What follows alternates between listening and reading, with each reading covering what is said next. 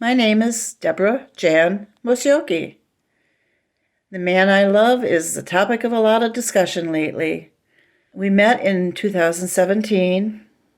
Neither of us really remembers who wrote who or the first things that were said or anything. It's just we found ourselves texting and messaging for hours at a time, and we fell in love immediately. The dowry negotiate na yeye na watoto. Ukalipa nani? Sasa aliniambia hawataki dowry. Oh, okay. But wanataka $1, which is 100 Kenya shillings. Just $1. $1. Na nilitoa. Na sasa wakasema usitutumie, peleka kanisani. Enda ukatoe kama sadaka kanisani. So nikaenda nikatoa sadaka kanisani, akasema hiyo sasa ndiyo mahari yangu. That's my dowry.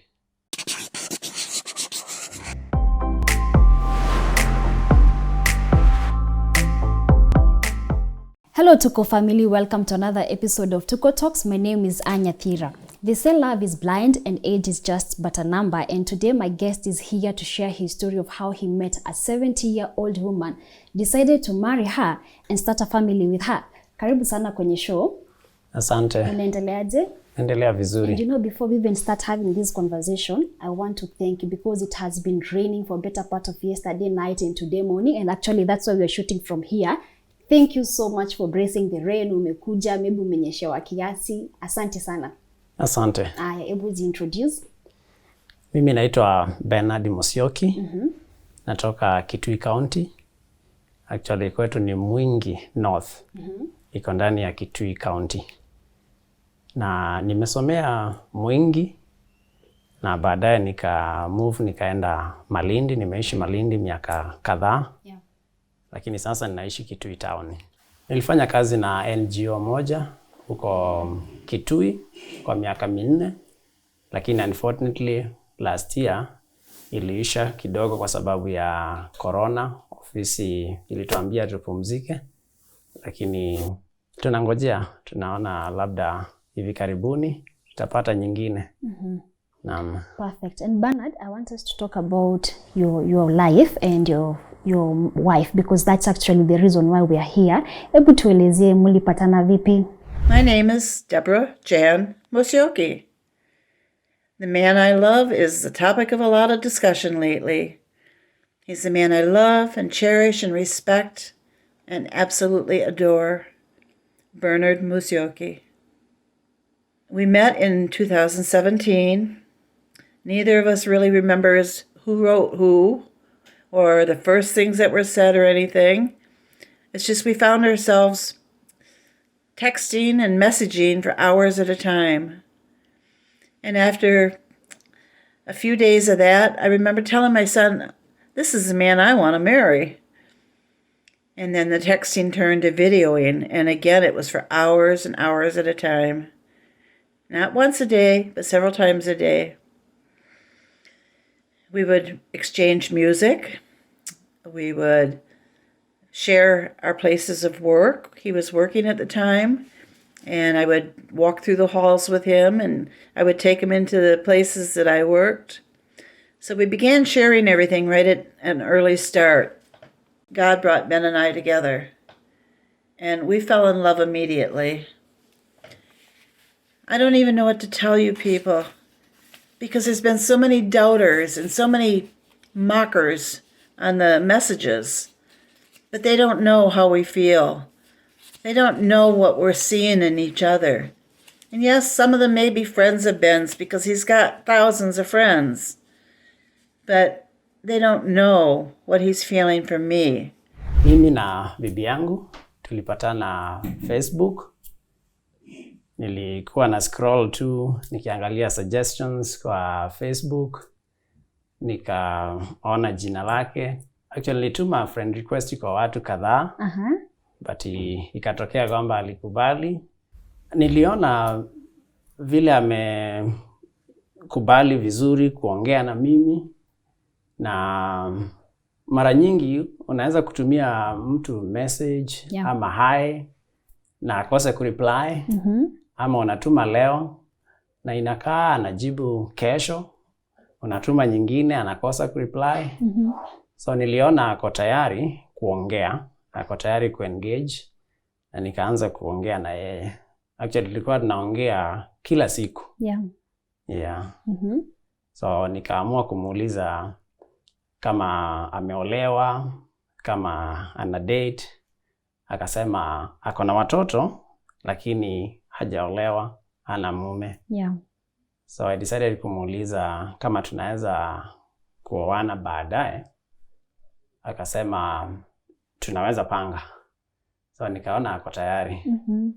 Tukaongea about distance kwa sababu yeye yuko mbali na mimi niko mbali. So tuliendelea kuongea kwa muda, baadaye tukakubaliana. That time alikuwa mbali, unamaanisha maybe alikuwa wapi? Alikuwa USA, Michigan. Okay. Na mimi niko Kenya. So mnaongea tu pale Facebook? Naam, tunaongea pale Facebook. Tunaongea kila siku, at least najuliana hali kila siku.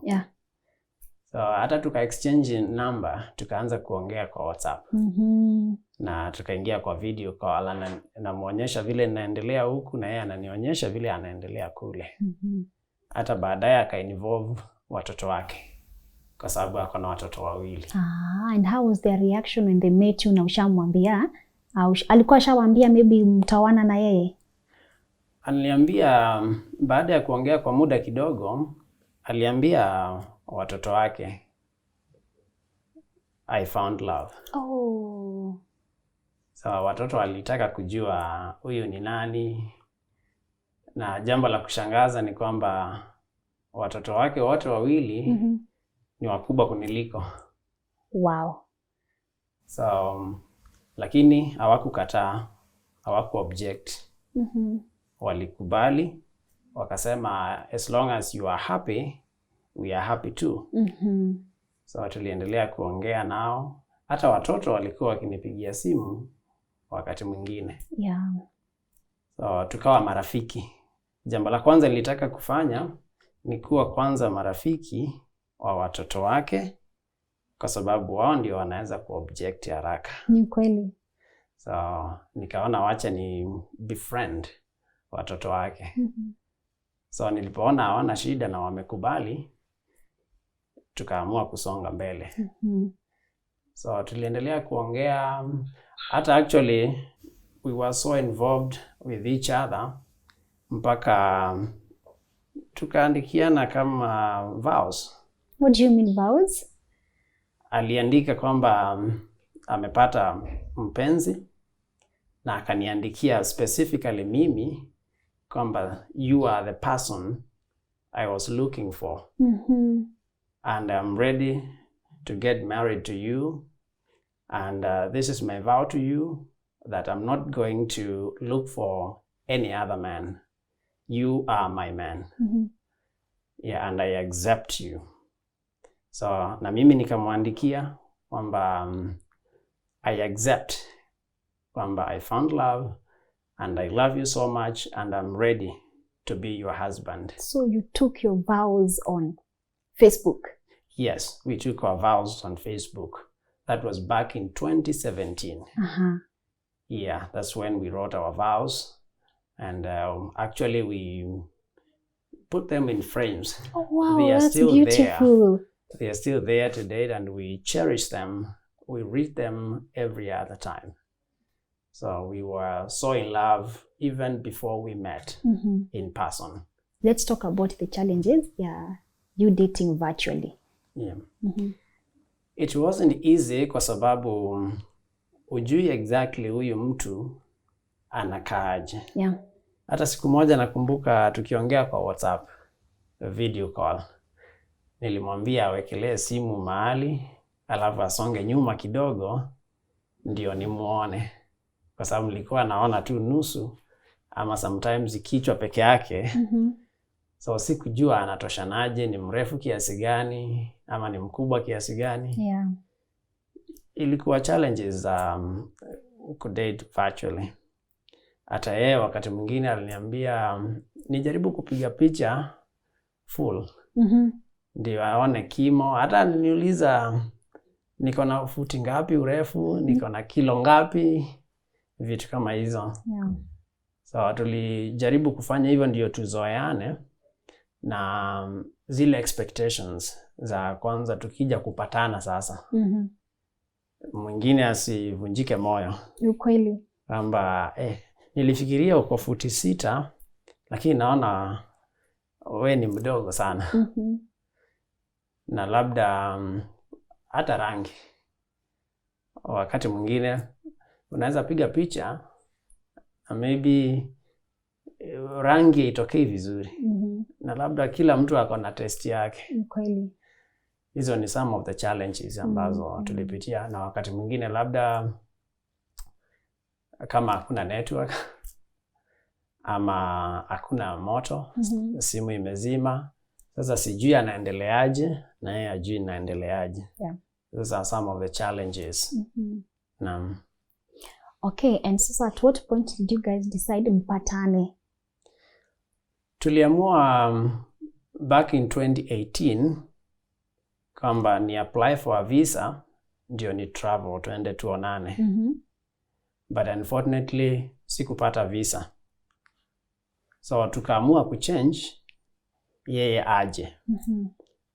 Lakini tukaona kwa sababu ni mbali sana, lazima tujipange ndio akija tufunge ndoa, tufanye wedding. So alikuwa lazima apate documents za kule kwao kuonyesha kwamba hana another existing marriage huko. Yeah.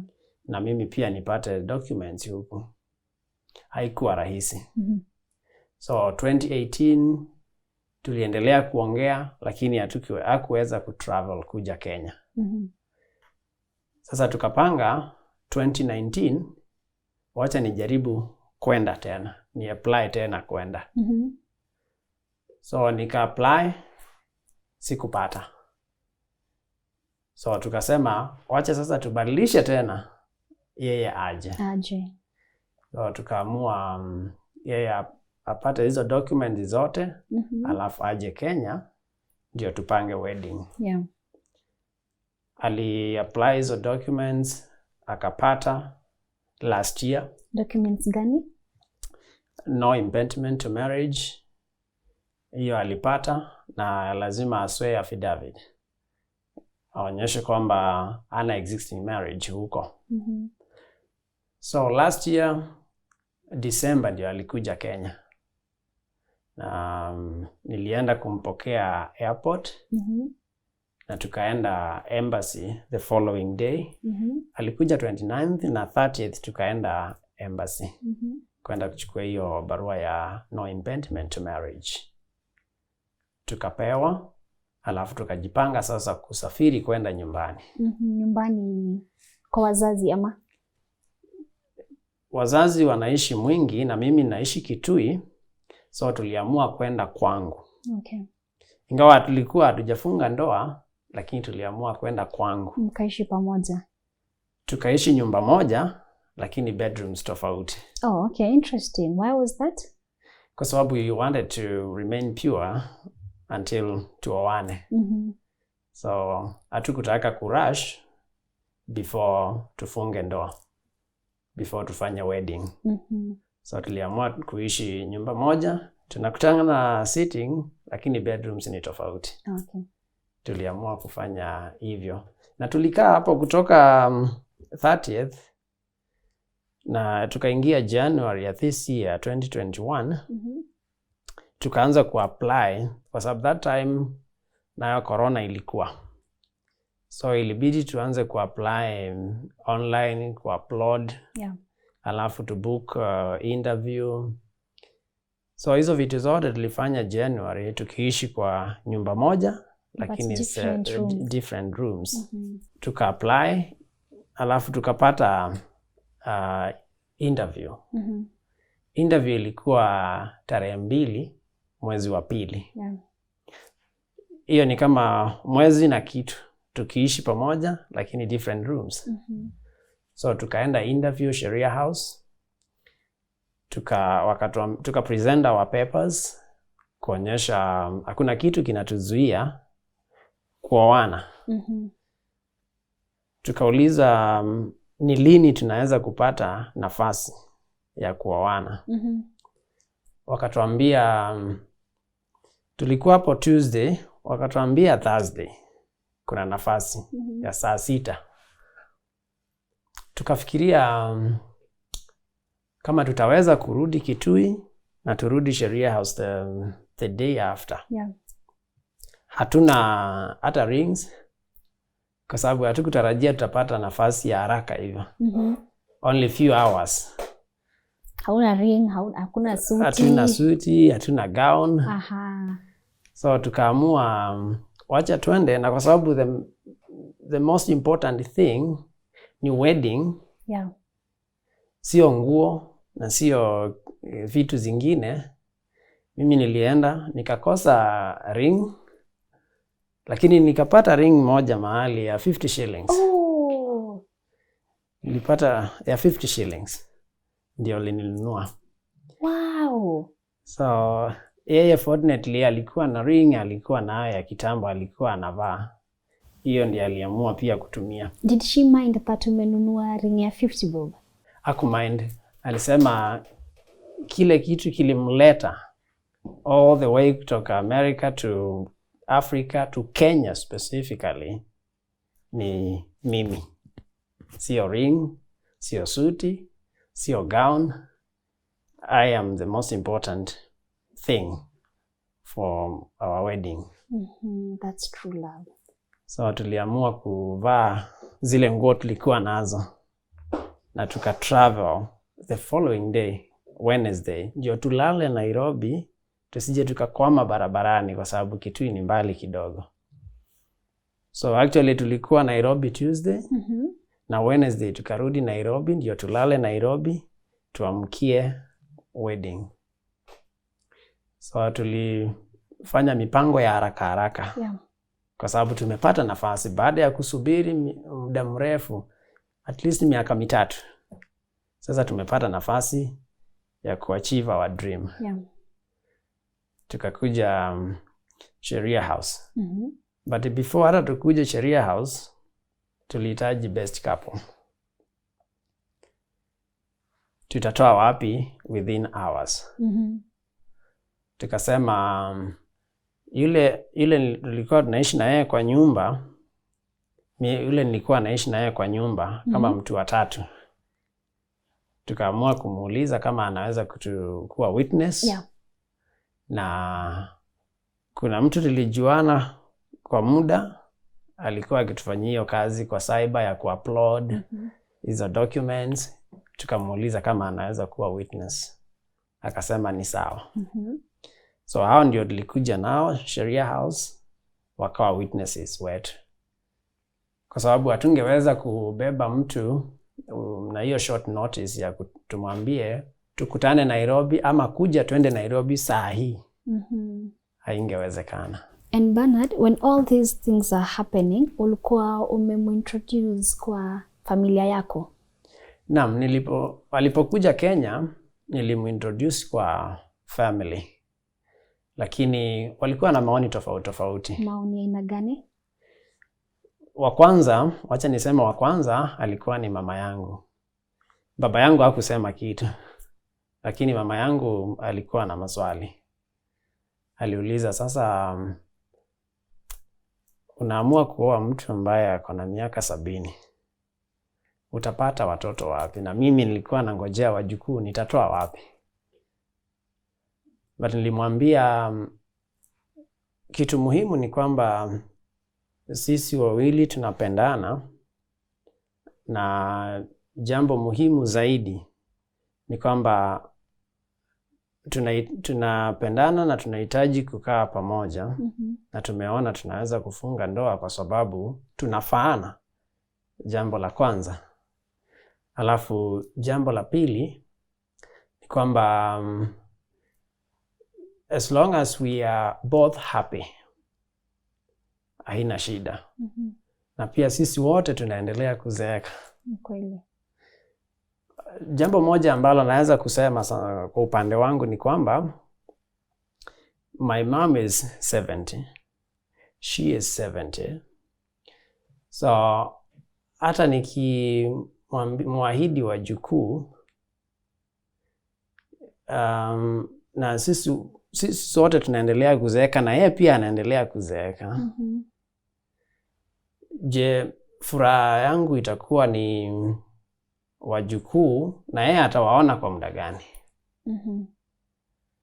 So bado tutabaki sisi wawili. Bado itabaki ni jukumu letu sisi wawili kama we are happy and we are enjoying our life. Yeah. Na mimi niliamua kwa sababu ninampenda na yeye ananipenda, hata akizeeka bado nitamtunza. Yeah. I'll take care of her even when she is too old. Na pia hata mimi nikiwa young, kuna kitu inaweza fanyika tu kwa maisha hatujui, na labda nipoteze uwezo wa kuona ama wa kutembea, na nilikuwa labda najivunia niko na nguvu. Hiyo ni jambo inaweza kuhappen.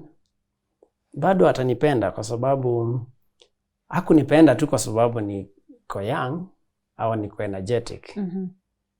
Hata nikiwa sina uwezo wa kutembea bado anaweza kunipenda. Juu alikupenda from the very beginning. Yes. Okay. Alinipenda from the very beginning.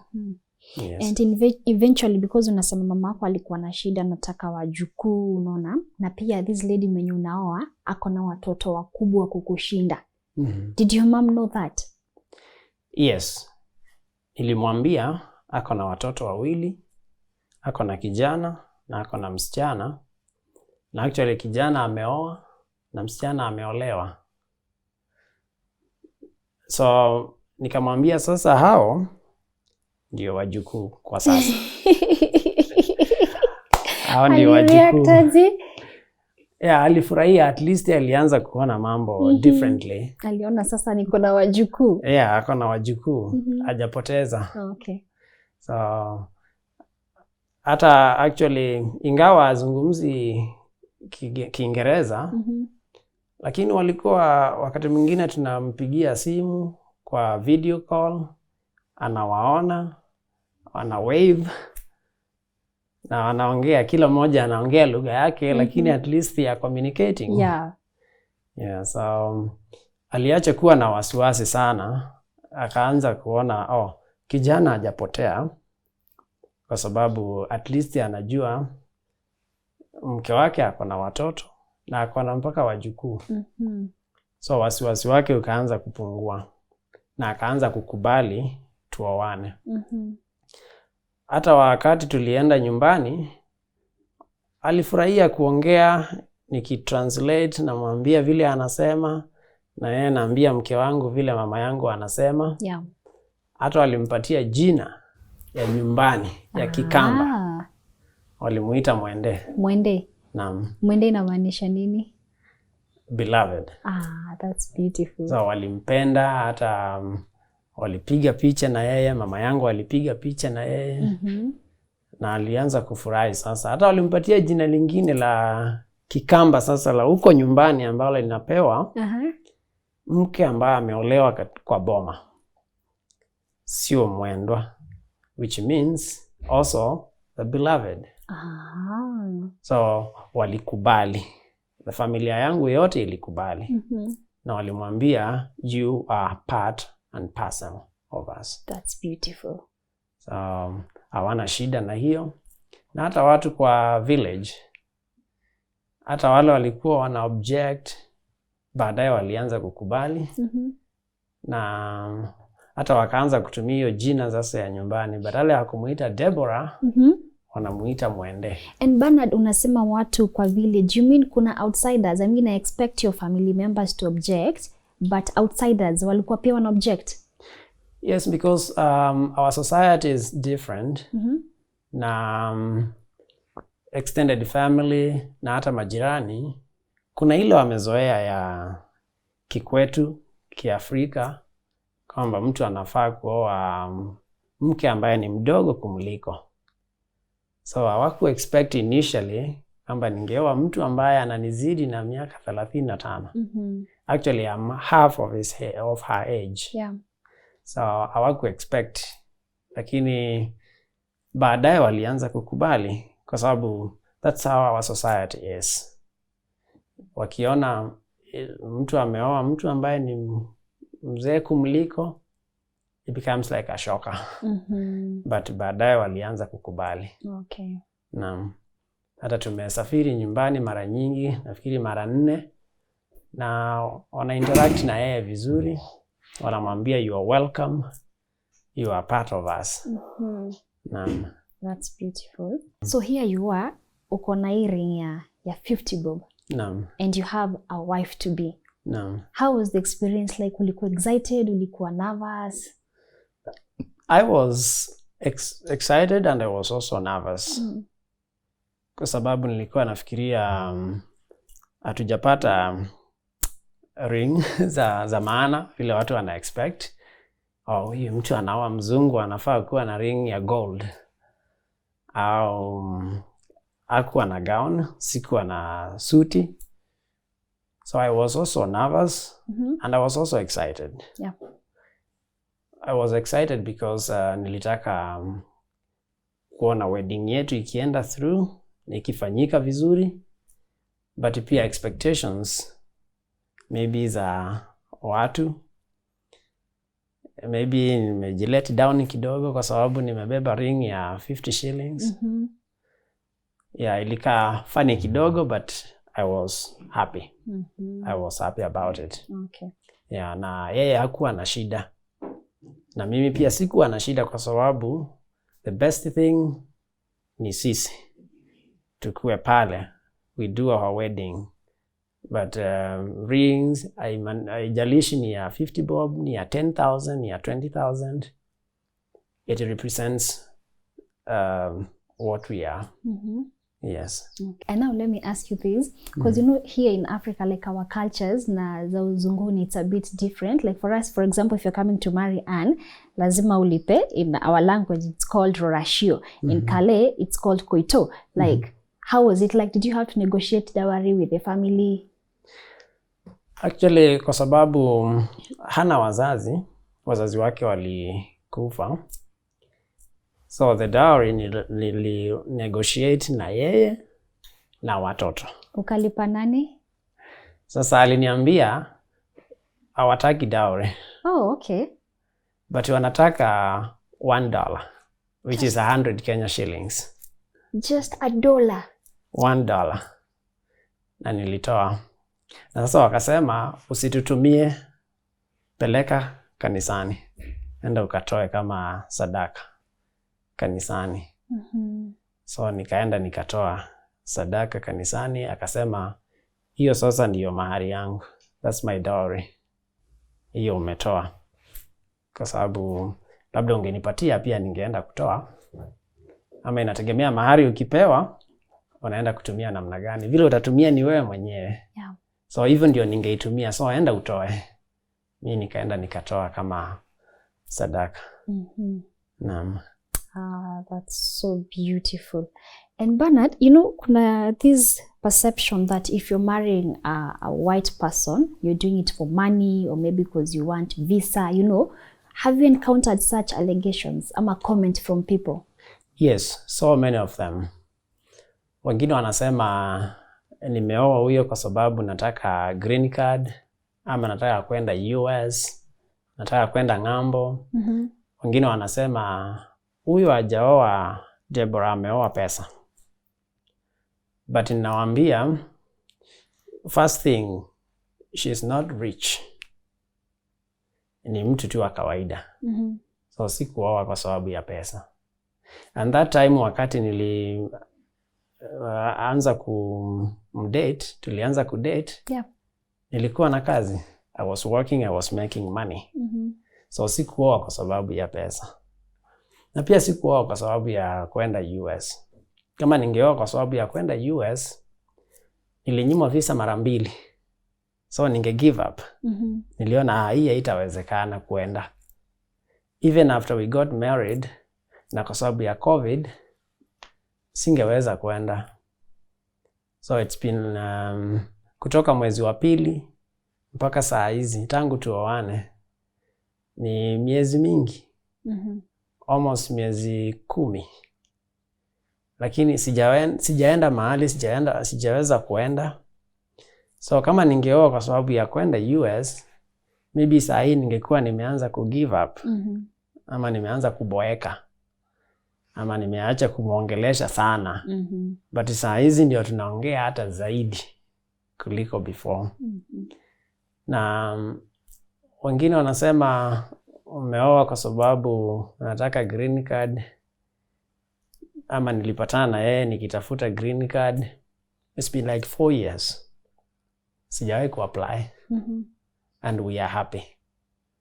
Amekuja Kenya, tumekaa 6 months. And we were happy here. So sikuoa kwa sababu ya green card ama kumove to US ama kwa sababu ya pesa. No, nilioa kwa sababu ninampenda na yeye ananipenda. Na tulijenga trust kwanza. Kwa sababu hata yeye angeona huyu mtu anipendi, anapenda tu pesa. Na sikuwahi kumuomba pesa. Sikuwahi kumuomba pesa. Kama anatuma, niko hiari. Na pia sikumuoa kwa sababu ya advantages zangu peke yangu ama zangu. Kama ni kwa sababu ya malicious things, yeye pia angeona. Kwa sababu she's not too dull to understand. Angejua huyu mtu anataka tu pesa. Hata before mimi, aliwahi kuongea na watu wengi wa kutoka sehemu mbalimbali. But wengine walikuwa wanaongea siku ya kwanza, ya pili wanamwambia watumie pesa. Wako na hii shida, wanataka kufanya hivi. Ana realize this is not the right person. But tulipopatana, tuliongea muda mrefu hata bila kuingiza mambo ya pesa. Na tukawa marafiki kwanza. Kabla ya hata kuingiza mambo ya pesa, unapata pesa ngapi, hatukuongelea haya. Baada ya corona kuingia, kazi zilianza kupotea na nikapoteza kazi. So nilimwelezea vile kuko na akaniambia usijali, tukaongea kuhusu bills zangu. So akaniambia ataziweka kwa budget. So akaanza kulipa my rent, my food na all my bills. Amekuwa akilipa hiyo kutoka last year. Wow. Yeah, it's been more than a year now akilipa my bills. And she never complains, she never raises issues, financial issues. No, she never complains. Kwa sababu anasema whatever I have is ours. Whatever you have is ours. So akasema you have given me more than money can buy. Because nimempatia happiness as the husband. We are married, we are one. So whatever she has, whatever I have is ours. Na I'm still young, ananiambia hivyo. She encourages me, you are still young, you can get a job, you can work. So I'm hoping also to get a job and to work and also take care of her as she takes care of me now. Okay. Yes. What are your future plans? Are you planning to go there once you get a visa? Ama yeye akuje settle huku? Actually, when she was here, we talked about it. And nikamuuliza kama tunaweza ishi Kenya ama tunaweza ishi huko. Because after we got married, tuliona you can separate a family. But because of our border issues and because we come from different worlds, so lazima tungeseparate kidogo. Actually, when we got married, her visa was about to expire. So we renewed the first time and we renewed the second time. So we did a renewal in April. So, and another one we did early in February. Yeah. So the visa was supposed to expire in June this year. So we talked about it when we realized that I could not travel and she could not stay. So we said that we had options like applying for a dependent pass, because that is required in Kenya to get a dependent pass for her to stay. But I also have to show that I can take care of her while she's here. I have an income. And I did not have a job to do that. And also for me to travel and live on the other side with her, she has to show that she can pay the bills. In other words, they call it to sponsor. That she makes enough money to sponsor me to stay there. Does she make enough money to sponsor your life there? She doesn't make a lot of money, but it's average. She can sponsor me to stay there. Yes, that she makes, at least what she makes is enough to show that she can take care of our needs and our bills there. Oh, anafanya kazi gani? She's a machine operator, but she's working part-time because she is retired. So ile pesa anapata kutoka kwa Social Security haitoshi kumlipia bills na hata kulipa bills huku kwa sababu sina kazi kwa sasa. So lazima afanye kazi. Na kwa sababu she's 70 and we don't know how long she will be able to work.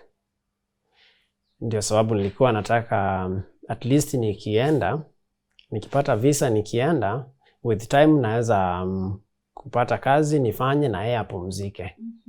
Kwa sababu itakuwa vigumu yeye kuendelea kufanya kazi akiwa 80 ama 75. We don't know how long she will be able to work. For example, ile pesa anapata kutoka kwa government $800. Rent analipa 800 plus. Actually, rent peke yake ni $800. Na hiyo ndio anapata kutoka kwa government. Analipa rent yote. Bado hajanunua chakula, hajalipa maji, hajalipa stima, and all the utilities, hata airtime. So she has to work to pay all those other things na anunue chakula. Na she is not getting young. She is aging. So nilitaka kuenda ndio at least niweze kumtunza na kulipa bills. Na akija Kenya pia hawezi kukaa. Atakuja akae maximum 6 months. She has to go back. Akiwa Kenya bado tutahitaji kulipa ile nyumba. Ile iko huko. Na kwa sababu ameacha kazi kule, atakuwa anapata tu $800 na zote zinaenda kwa rent huko. So hapa hatuna kitu. Itakuwa vigumu kukaa hapa. Na hata nikipata kazi, kutakuwa na challenge kidogo kwa sababu mpaka tukae kama 3 years ndio apate residence. At least 3 years huku. So atakuwa anaenda, anarudi every other 6 months she has to exit the country ndio akuje tena renew the visa. And it's not assured. Si kitu ya kwamba ni lazima akitoka akirudi apate visa. She can be denied a visa. So itakuwa challenging na pia expenses ku exit the country every 6 months. So those are some of the challenges that we are facing right now. Yeah, so she has to keep working there so that she can pay the bills and also we can pay the bills here. So Bernard, I want you to advise these young people like I you know, like when I look at your story, you paid 100 shillings for the dowry. Yes. Ring ilikuwa 50 bob. Yes. You didn't have gowns, you didn't have suit, you know, it wasn't a fancy wedding. And you see a lot of people actually leaving their marriages or living in depression, loans. What advice do you have for them? The most important thing is you and your partner. It's not, the most important thing is not expensive gown, expensive suit, cake, expensive rings. The most important thing is the two of you. Yeah. And if you love each other and you care for each other genuinely, hautasumbuka sana kutafuta lazima nikope pesa, ninunue ring ya 50,000, 20,000, nitakopa pesa, nitachukua loan, nikodishe gari kubwa. Actually sisi tulikuja na cab. Hatukondisha gari. Na pia hata hatukuwa na keki. But we were happy. Yeah. Kwa sababu what was important tuliachieve. Na that is our wedding na tulifanya. The most important thing ni hiyo wedding na nyinyi wawili. Sio gown, ring, ama suti, ama keki. Hakuna haja ya kuingia gharama nyingi na baadaye zikusumbue just immediately after you celebrated your wedding. Okay. A colorful wedding, but baadaye at the back of your mind unafikiria nimekopa 200k, nitalipa na nini? Some even copa more than that. Yes. Hakuna haja ya kuingia gharama nyingi, alafu baadaye unaanza kuhangaika immediately. Ama unaingia into depression kwa sababu you're trying to pay all the bills. Na unakosa kufurahia marriage yako kwa sababu ya mambo ulifanya before marriage. True. So the most important thing ni nyinyi wawili and watu wakuwe moderate. Watu wakuwe moderate, wafanye ile wanaweza badala ya kufanya mambo ambayo itawatia kwa shida nyingine. Na tukimalizia, your wife, I know she's going to be watching this show. What kind of words do you have for her? I love her so very much. I can't wait to be with her, whether here or there. I'm eagerly waiting for the time when we will be able to stay together and enjoy our marriage, because that's the goal. Beautiful. And how can people reach you? They can reach me through my number 0713 12 50 69. That's my number. Pale social media platform. Social media wanaweza kunipata kwa Instagram Bernard_M, na Facebook Munyoki Bernard, Munyoki Musyoki Bernard. Na pia nimecreate nyingine, nimeona watu wanahangaika kunipata, wanaweza kunipata kwa Bernard Musyoki kwa Facebook. Okay. Perfect. Now, thank you so much for coming to Tuko Talks. We really appreciate that. I know menyeshewa ukikuja, like I said, and actually that's why we're shooting from here because it's been raining, but you took that time ukakuja, you shared your beautiful story, and at least you know that love conquers all. Despite all the challenges you guys went through trying to even set up that wedding meeting and all that, her moving here to Kenya, we really appreciate that, and I know it's going to have some learning element to our audience. Asante sana. Thank you. Okay, and to you, our audience, thank you so much for tuning in to today's episode. Remember, if you want to share your story with us, I'm going to leave my email here. Till next time, let's keep it Tuko Talks.